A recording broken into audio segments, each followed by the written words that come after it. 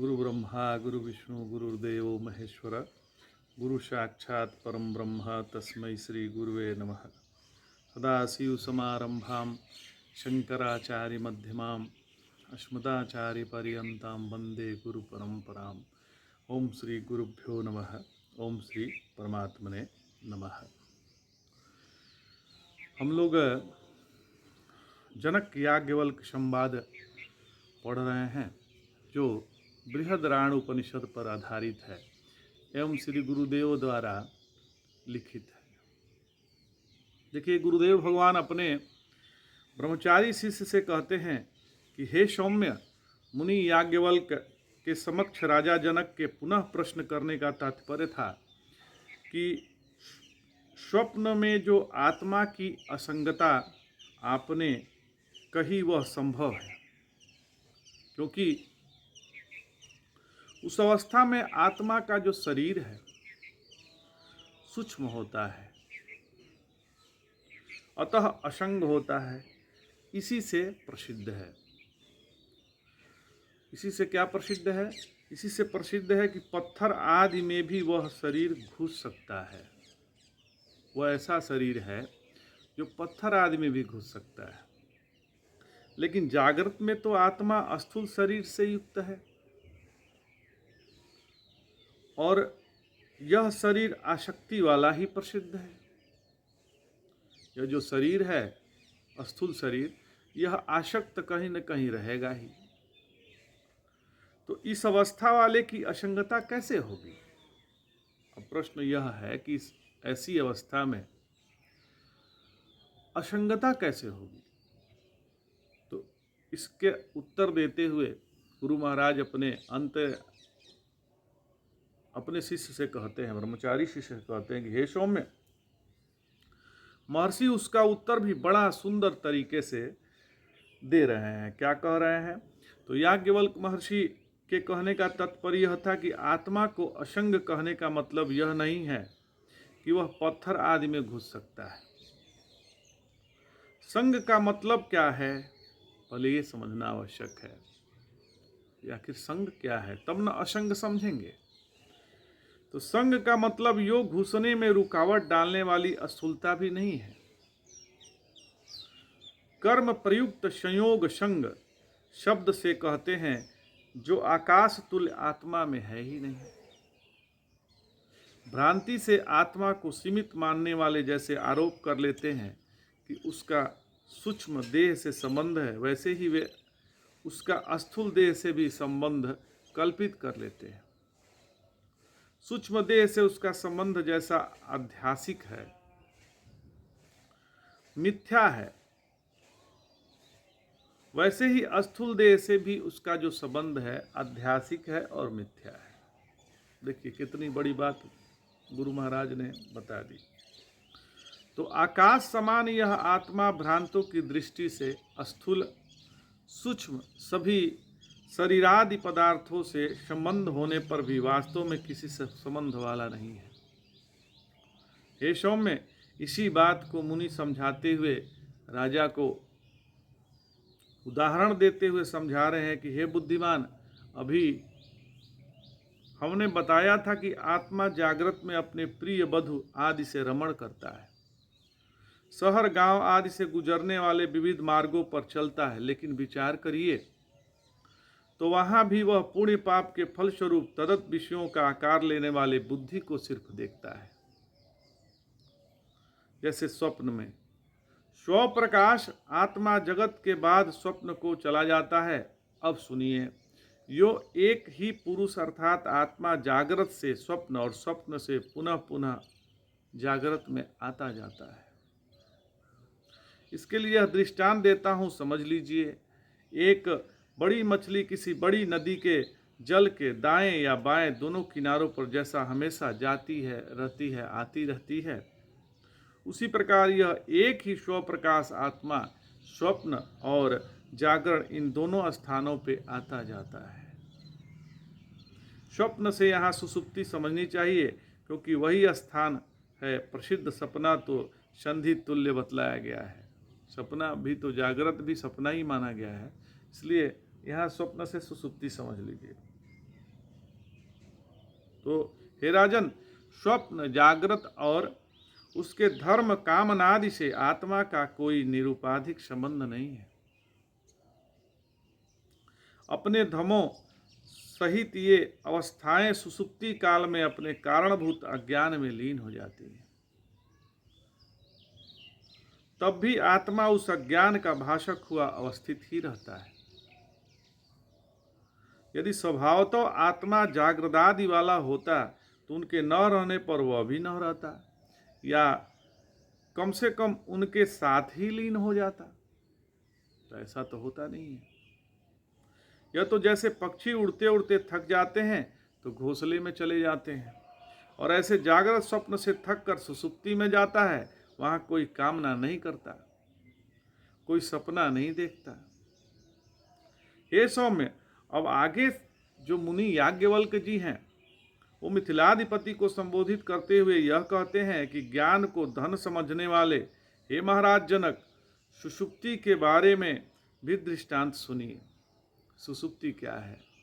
Shane, Garuda, बाज आदि जो कोई भी पक्षी हो वह अपने घोंसले में रहता है।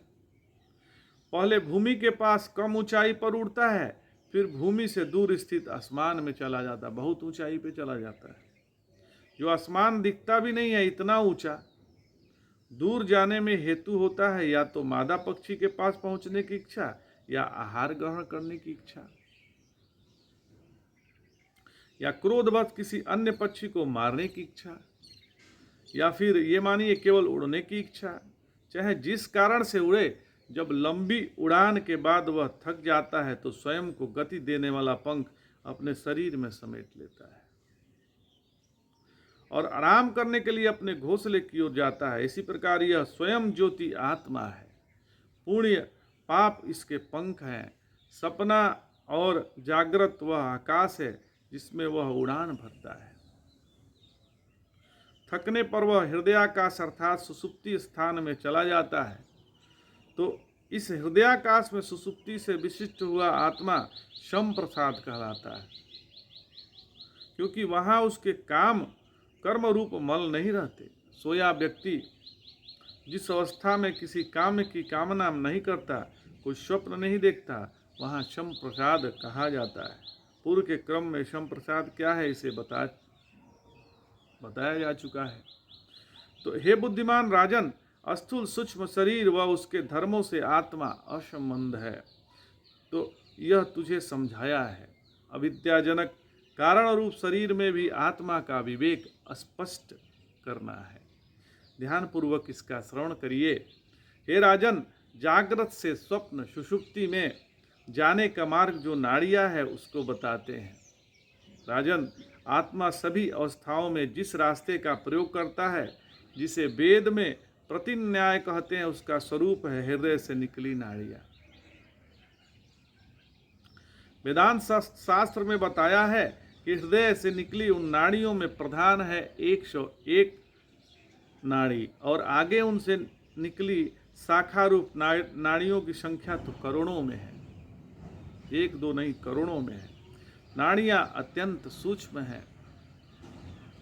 एक बाल के लंबाई में 1000 टुकड़े किए जाएं तो जितना छोटा हिस्सा होगा वह नाड़ियों के माप के लिए दृष्टांत हो सकता है। देखिए, हमारे शास्त्रों में पहले ही नाड़ियों के विषय में चर्चा, आजकल न्यूरॉन्स बोलते हैं ना, उसकी बात हो रही है, नर्व्स की बात हो रही है। न्यूरॉन्स तो और छोटा हो गया, नर्व्स की बात हो रही है। तो जितना हमारे बाल की चौड़ाई है उससे भी 1000 टुकड़े किए जाए तो जितना छोटा हिस्सा होगा वह नाड़ियों का माप के लिए दृष्टांत हो सकता है। लेकिन वस्तुतः वह भी पूरी तरह सही उदाहरण नहीं हुआ, क्योंकि नाड़ियां बेहद सूक्ष्म है। विचारशीलों ने इन नाड़ियों का नाम बताया है हिता। माता के स्तनों की नाड़ियां दूध पीते बच्चे के लिए हितकारी होती है, क्योंकि माँ द्वारा खाए अन्न का परिपक्व रस बालक को दूध रूप से उपलब्ध करा देती है। इसी तरह शरीर में स्थित नाड़ियां शरीर का हित करती हैं। खाए पिए का जो रस है और सभी जंतुओं का हित करता है। नाड़ियाँ हमेशा बिना रुके वह रस सारे शरीर में आवश्यकता अनुसार पहुंचाती रहती है, इसलिए उचित ही है ये हिता कहलाती है। हिता मतलब ये हित करने वाली है। विचित्र रंगों से जिनकी उपमा दी जा सके, अन्नपान के परिपाक रूप ऐसे रसों में ये हमेशा भरी रहती हैं। जैसे भूतल की नदियां अलग अलग ढंगों से पानी से भरी रहती है, चित्रकार की कार्यशाला में जैसे बर्तनों के विविध रंग रहते हैं, वैसे ही नाड़ियों में अन्नपान के विविध रंगों में रस बहते हैं। कोई रस सफ़ेद, कोई नीले, कोई पीले, हरे, लाल आदि होते हैं। नीले से अंजन की तरह रंग और हरे से गीली घास जैसे रंग समझना चाहिए। तो पीले से सोने का रंग विवक्षित है। लाल, सफ़ेद आदि के मेल जोल से और जो भी रंग हो सकते हैं वे भी कह दिए तो समझना चाहिए, क्योंकि बताए रंगों से सभी रंग बन जाते हैं। वैदिक शास्त्र में धातुओं के अनुसार नाड़ियां रंग समझाए हैं। तो इस प्रकार नाड़ी से हमारा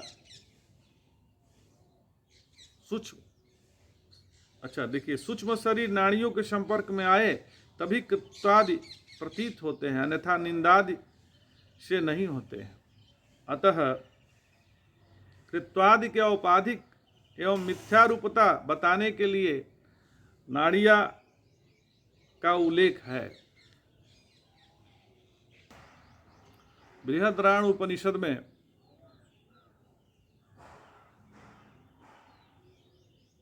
तीन जगह नाड़ियों का उल्लेख है, जिनके पृथक प्रयोजन पर वर्तिकार आचार्य सुरेश्वर ने प्रकाश डाला है।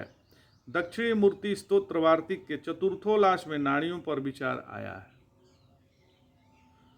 आत्मा नाड़ियों द्वारा जाकर स्वप्न या सुषुप्ति में पहुंचता है। हे राजन, जैसे जागृत अवस्था दुखद सुखद भेद से दो प्रकार की होती है, ऐसे ही आत्मा का सपना यदि पाप सहित अविद्या से पैदा होता है तो दुख देता है, और पुण्य सहित कृत अविद्या से पैदा होता है तो सुखद होता है। जागृत में जैसे पदार्थ दुख या सुख देने वाले देखे जाते हैं, वैसे सपने में भी दुख सुख देने वाले देखे जाते हैं। लेकिन आत्मा हमेशा अभय रूप है, फिर भी जागृत दशा में जो भय अनुभव करता है वही अविद्यावश सपने में भी मानता है। वैसे हमारा स्वरूप तो अभय है। तो आज इतना ही महाराज। जय जय शंकर, हर हर शंकर, नमामि शंकर, भजामि शंकर। नमः पार्वती पतये, हर हर महादेव शंभो।